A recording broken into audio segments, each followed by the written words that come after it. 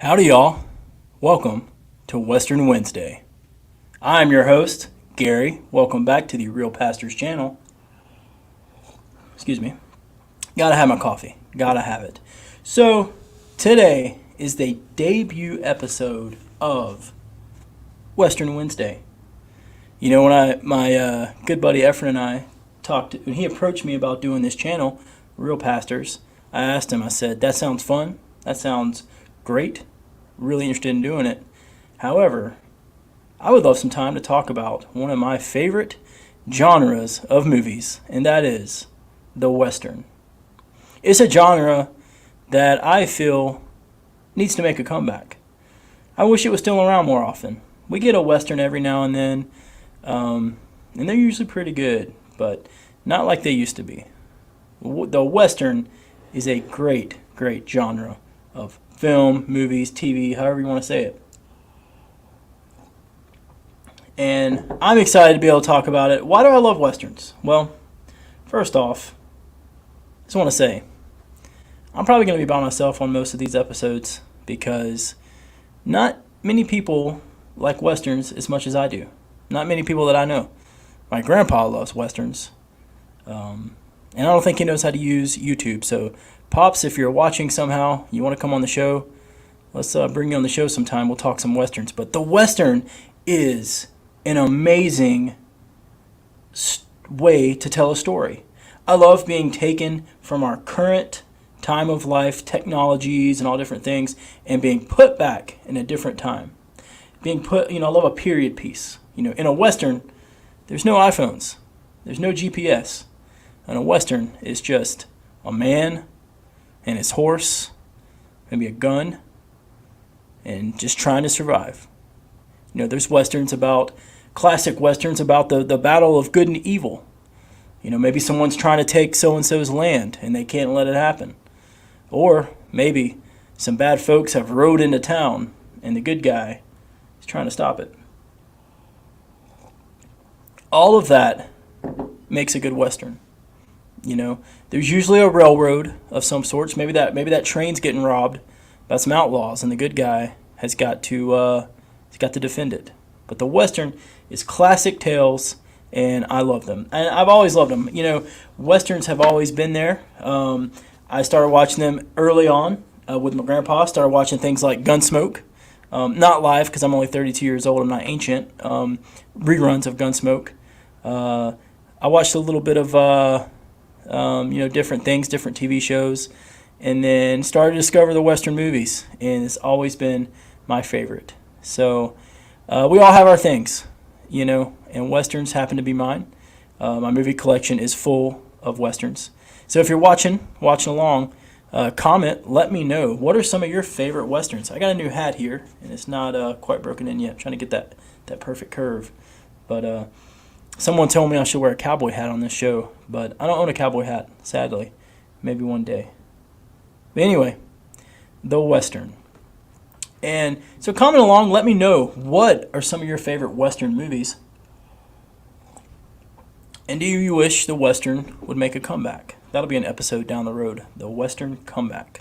What is the future of Western movies?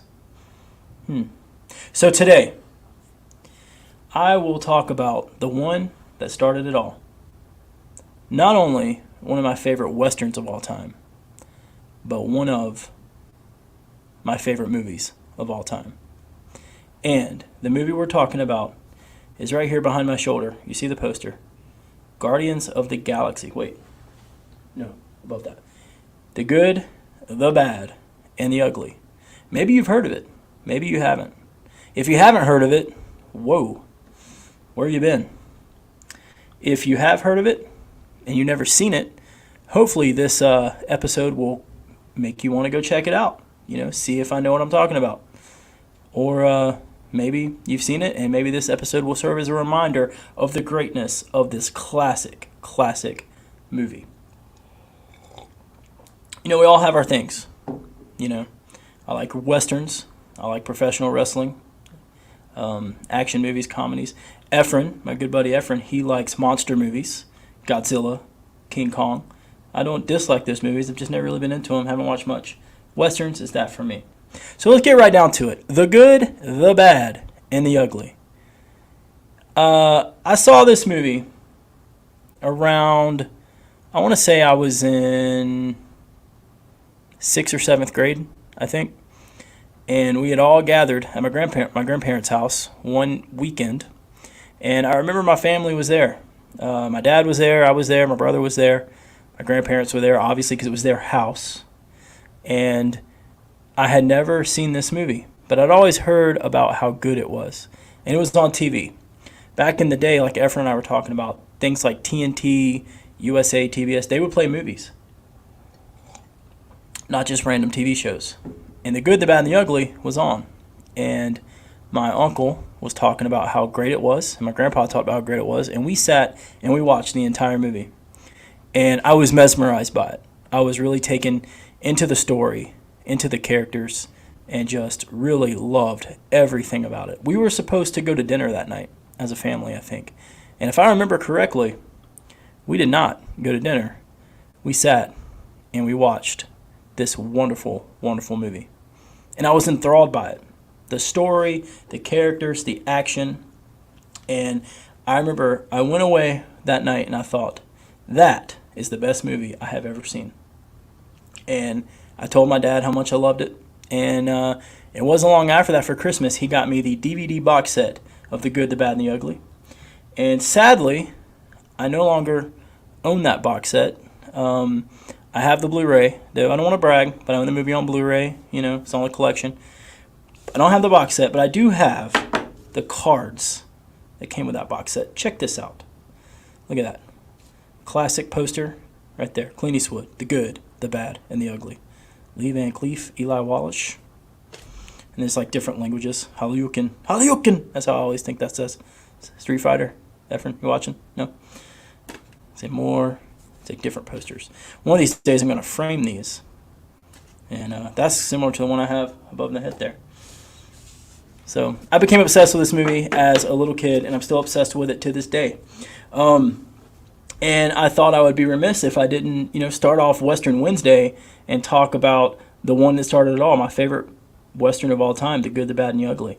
This is what made me fall in love with these movies. This and Gunsmoke and other things that we'll talk about down the road. But today we're talking about The Good, the Bad, and the Ugly. So I think what I'm going to do with these is I'm going to frame them in a big frame and put them above my movie collection at the house.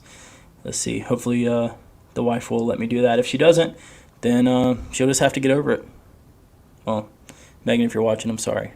Sorry. So, so let's get into it. Let's recap this movie. The Good, the Bad, and the Ugly. It's a story set in the Civil War, during the Civil War.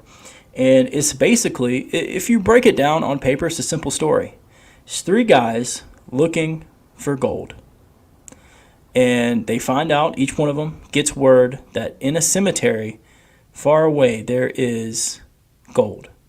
And this movie is their journey. They're in a race to see who can find it first. And they're trying to make sure no one else finds out about it. And that they don't get to it before the other one. And all kinds of things ensue. And what's great about this movie is the Civil War is going on all around these guys, all around our main characters. And they journey through to find this treasure, and there's three different guys, and they're all at odds with each other. At one point, they kind of team up, but then they separate, and then it's just an amazing story, and there's such a historical thing of what's going on. And what I love about how this story is told is it takes place during the Civil War, but it doesn't go through any of like the politics of it. It's not a Civil War movie. It's just these guys happen to be trying to find this gold in the middle of the Civil War. At one point, they get put in the middle of a battle and they have to help out. Classic scene. And then you just see the result of war around them. They come across soldiers that they come across a war camp at one point, and soldiers that are just in the middle of war, and it just shows that side of it.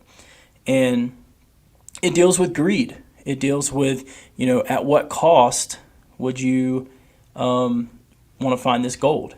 And throughout the movie, all three of these characters are dealing with that. And it comes down to one of the greatest climactic scenes of all time.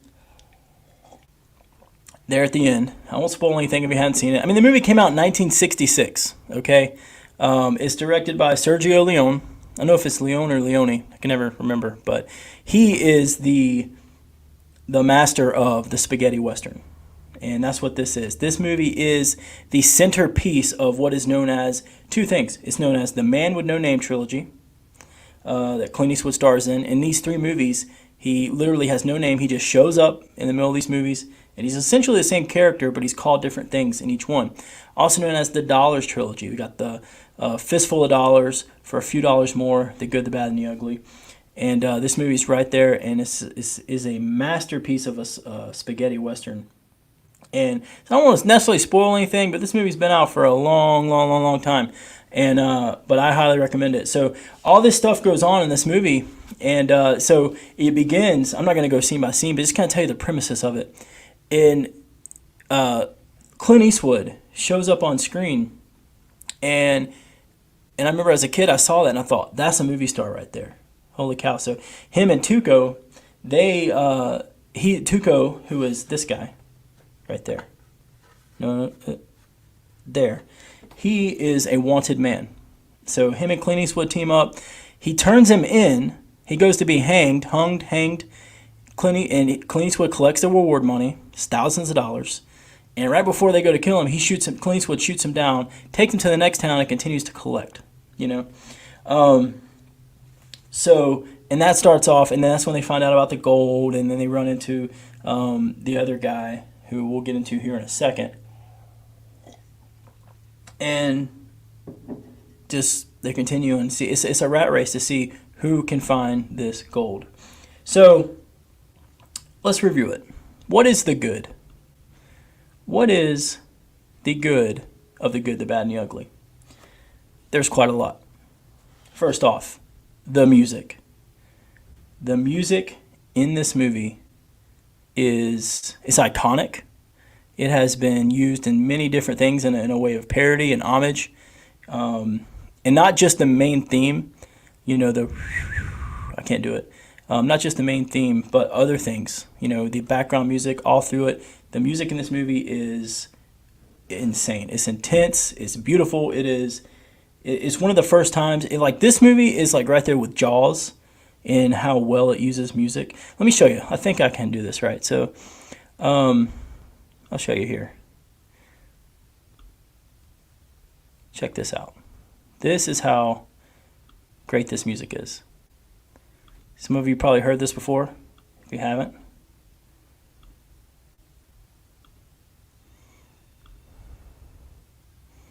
Yeah, so we've heard that. Classic theme. I've had it as my ringtone for a while, and back in the day. And the music in this excuse me, I can't talk today. The music in this movie is a huge part of the good. Let's see. The actors. Clint Eastwood. This man's a movie star. Okay? When he comes on screen, he comes out of nowhere, and he's just got that menacing voice, And he shows up when these guys are about to kill Tuco and get their reward money, and Clint Eastwood's like, No, I know how much he's worth, and he's coming with me. And he takes them all out, and Tuco goes with him, and they set their plan in motion. Eli Wallace, who plays Tuco, also known as the Ugly, he is hilarious in this movie. He's a savage, and some of the things he says in this movie is hilarious. He's obnoxious, he's loud, he's rude. He's a wanted man, and he's played spectacularly by Eli Wallace. And then Lee Van Cleef, who plays this menacing, he's referred to as Angel Eyes. He's pure evil, This guy, within the first 5 minutes of this movie, he shoots 4 people, kills them. He's pure evil. He's the bad, by the way. But Lee Van Cleef is he's got the eyes in this movie. He's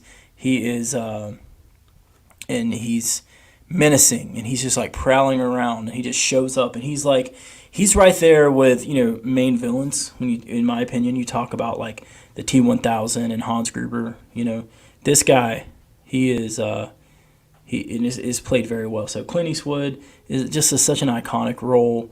Lee Van Cleef, Eli Wallace, this is the movie that, where I saw and was like, okay, Clint Eastwood is the man, and he owns every second of screen time he's on this movie. And like I said, I remember as a kid, he came on screen, I said, that's the man right there. That's Clint Eastwood. That's a movie star, Next, the good is the story. Like I already talked about the story. The story it's original, set during the Civil War. They're trying to find this gold, and it tells a story of, who's going to get it, and that you're just hoping that somebody gets it before Lee Van Cleef's character. The dialogue in this movie is really good. There's not really one wasted scene in this movie, not one wasted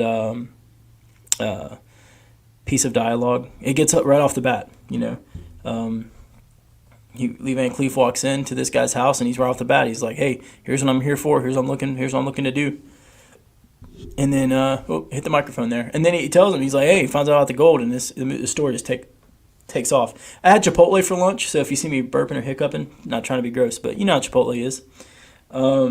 Cinematography, I'm still not 100% sure what that is. I just know the movie looks great. Some amazing shots. The action in this movie's top notch, even for 1966, is shot beautifully. No pun intended. See what I did there? Anyone? No? Okay. It's shot beautifully. There is some really top-notch Western action in this movie. And, yeah. So the bad. What is the bad of the good, the bad, and the ugly? I kind of was thinking about this last night. There's not much. Not much. The only thing I could really say for this movie in a bad... maybe it's a little long. There might be some scenes that drag on a little bit. But it was the 60s. Sergio Leone, he was a master movie maker. And he knows more than I knew about it. So if he wants to... So I guess that'd be it. It's a little long. I think maybe with today's time, maybe people wouldn't give it the time to sit and really watch it, which is sad. I turned it on this morning. It's on Netflix, by the way, currently. And I was enthralled with the story just by the shots and the way the dialogue's written and the music. But I think it being as long as it is, I wonder how many people will have the moments that I had watching this movie growing up, because I get, enthralled in the story. But if I had to say something was bad about this movie, I would say maybe it's a little bit too long from time to time. And that's just reaching, honestly, The Pastor rating. This is a classic battle, good versus evil. And it shows how if greed takes over our heart, how we will literally be completely deprived if we're not careful. The movie can honestly be called The Kind of Bad, The Real Bad, and The Evil. Because I'll be honest, all three of these guys aren't necessarily the best. They all want to find the money. Don't get me wrong. I'm not going to say Clint Eastwood is a perfect angel is here. And he wants to find the money, but throughout the story, you see his heart. You see Tuco's heart as well. It's there. You got to look for it a little bit more. Lee Van Cleef's character, Angel Eyes, the bad, he has no heart whatsoever. The man's pure evil. So you see, just if I'm looking at it like that, you see what greed can do to someone. That at no cost, no matter what.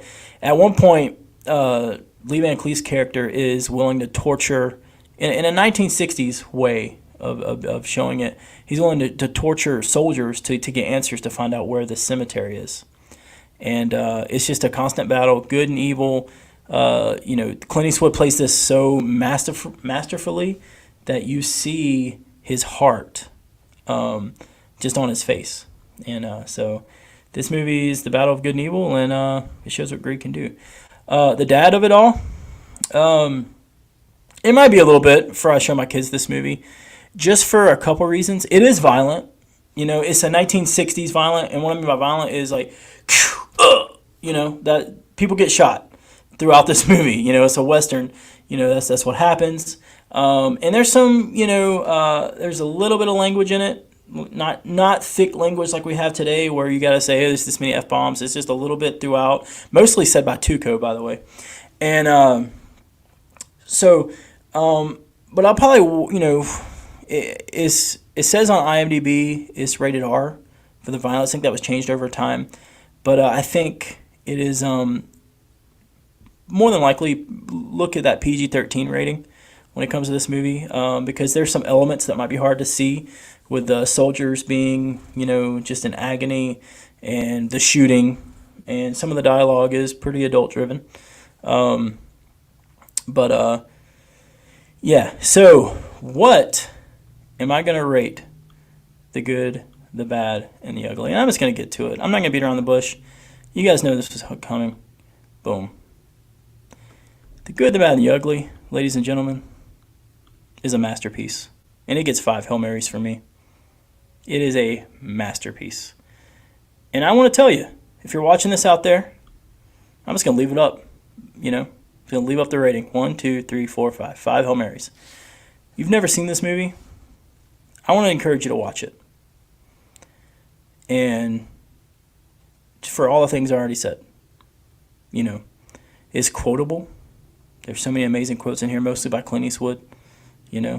Such ungratitude for all the times I've saved your life. There's 2 kinds of people in this world. Those with loaded guns and those who dig. You dig, It's just over. This movie is a masterpiece. It gets 5 Hail Marys from me, and I am glad to be able to sit here on this debut episode of Western Wednesday. Sorry if it was a little choppy. I'm still trying to get used to doing this by myself because I'm used to seeing my good buddy Efren on the other side of the screen. But I highly recommend The Good, the Bad, and the Ugly. If you have kids, maybe wait till teenage years to watch it. Maybe because they'll appreciate it more. I was older when I saw it, and maybe if I saw it as a kid, I'd be like, that's kind of long and boring. But, check out The Good, the Bad, and the Ugly. It is on Netflix.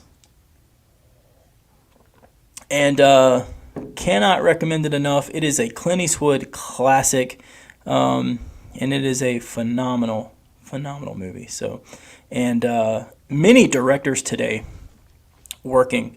I like to watch a lot about directors and interviews and stuff like that. Many directors today use this, use this movie as an influence. And you see it in a lot of their work, especially the final scene, the climax of this movie. So that'll do it for this debut episode of Western Wednesday. I want to thank you guys for watching.